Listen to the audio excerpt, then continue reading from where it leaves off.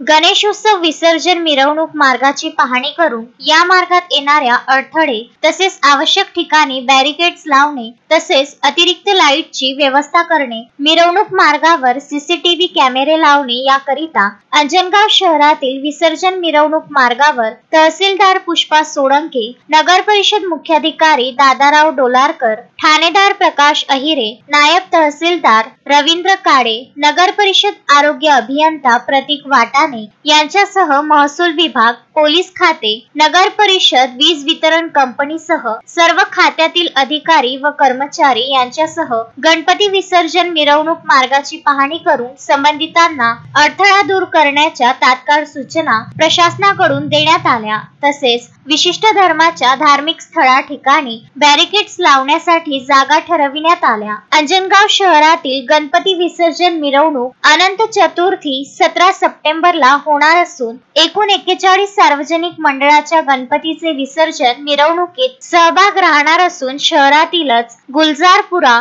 व सुरजी भागातील विसर्जन मिरवणूक 18 सप्टेंबरला होणार असून या दिवशी एकूण 20 सार्वजनिक गणेशोत्सव मंडळाचा सहभाग राहणार आहे। तसेच अंजनगाव पोलीस स्टेशनच्या हद्दीतील गावांमधील अनुक्रमे 17 ला 4 मंडळ, 16 ला 9 मंडळ तर 19 ला 22 मंडळाच्या गणपतीचे विसर्जन होणार असून पोलीस प्रशासनासह महसूल विभाग, महावितरण कंपनी, बांधकाम विभाग विसर्जन मिरवणूक शांततेत पार पाडावे याकरिता विशेष लक्ष देऊन आहे। रवींद्र वानखडे, विदर्भ न्यूज, अंजनगाव सुरजी।